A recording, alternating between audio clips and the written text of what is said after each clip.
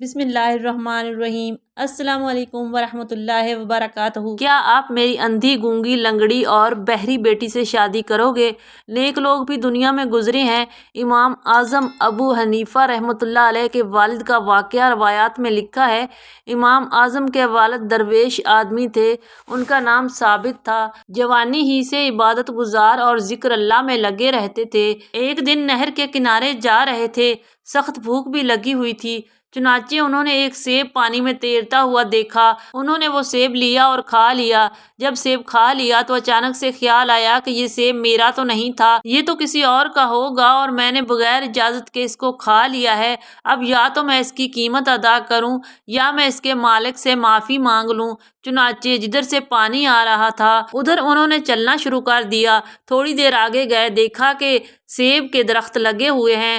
پہچان گئے کہ اس باغ میں سے سیب گرا ہوگا۔ باغ کے مالک کو ملے، اس کو بتایا کہ ایک سیب پانی میں بہہ رہا تھا، میں فقیر درویش آدمی ہوں، میں نے اس کو لے کر کھا لیا، آپ مجھے اللہ کے لیے معاف کر دیں۔ انہوں نے کہا کہ میں تو معاف نہیں کروں گا۔ اب آپ اس سے معافی مانگ رہے ہیں اور وہ معاف نہیں کر رہا۔ آپ نے کہا کہ اچھا آپ مجھے کوئی سزا دے دیں۔ اس نے کہا کہ ہاں سزا دیتا ہوں۔ کون سی سزا؟ اس نے کہا کہ میری ایک بیٹی ہے، زبان سے گونگی ہے، آنکھوں سے اندھی ہے، کانوں سے بہری ہے، پاؤں سے لنگڑی ہے۔ اب اگر تم اس سے نکاح کر لو اور زندگی بھر اس کی خدمت کرو تو پھر میں اپنا حق بخشتا ہوں۔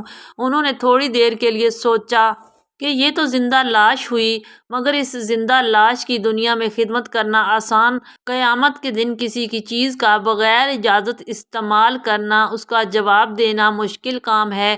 کہنے لگے کہ ٹھیک ہے، میں حاضر ہوں۔ نکاح ہو گیا۔ جب بیوی کو ملے، پہلی رات دیکھا، اتنی خوبصورت چاند سا چہرہ، عقل والی، سمجھ والی، جمال بھی ہے، کمال بھی ہے، بڑے حیران ہوئے۔ پوچھا کہ تم اسی باغ والے آدمی کی بیٹی ہو؟ اس نے کہا کہ ہاں۔ تمہاری کوئی اور بہن؟ اس نے کہا کہ نہیں۔ خیر چپ ہو گئے۔ میاں بیوی نے رات گزاری۔ اگلے دن سسر سے ملاقات ہوئی۔ سسر نے پوچھا کہ بتاؤ مہمان کو کیسا پایا؟ اس نے کہا کہ جو آپ نے بتایا تھا وہ تو بالکل ہی اور ہیں۔ اس وقت اس کے سسر نے کہا کہ دیکھو یہ میری بیٹی ایسی ہے کہ زندگی میں اس نے غیر محرم کی طرف نگاہ اٹھا کر نہیں دیکھا۔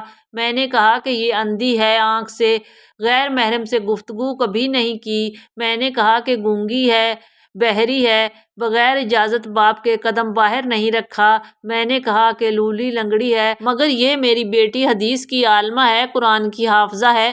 میں اس کے لیے کوئی ایسا بندہ چاہتا تھا کہ جس کے دل میں اللہ کا خوف ہو، تقویٰ ہو، تاکہ وہ میری بیٹی کے حقوق کو صحیح طرح سے ادا کرے اور زندگی بھر اس کو خوش رکھے۔ جب تم ایک سیب کی معافی مانگنے کے لیے آئے اور یوں رونے لگے تو میں نے سوچا کہ اس بندے کے دل میں کتنا اللہ کا خوف ہے کہ ایک سیب کے پیچھے رو رہا ہے۔ میں نے سوچا کہ میں بیٹی کا نکاح اس سے کروں گا۔ یہ ماں تھی، یہ باپ تھا۔ اللہ نے ان کو بیٹا دیا، جس بیٹے کا نام نعمان رکھا، جو بڑا ہو کر امام اعظم ابو حنیفہ رحمۃ اللہ علیہ بنا۔ پانچوں انگلیاں برابر نہیں ہوتی، ہم کمزور اور گناہ گار ہیں۔ نیک لوگ اسی دنیا میں زندگی گزار رہے ہیں، وہ کوئی جنگلوں غاروں میں نہیں ہوتے، انہی گلی کوچوں بازاروں میں ہوتے ہیں، مگر ان کی زندگی اللہ رب العزت کے حکم کے مطابق ہوتی ہے۔ ایسی زندگی جو اللہ کے حکموں کے مطابق گزاری جائے، اسی میں ہی دنیا اور آخرت کی کامیابی ہے۔ محترم ناظرین، امید ہے آج کی ویڈیو آپ کو پسند آئی ہوگی۔ اگر ویڈیو اچھی لگے تو اس کو لائک، شیئر اور چینل کو سبسکرائب کر دیں۔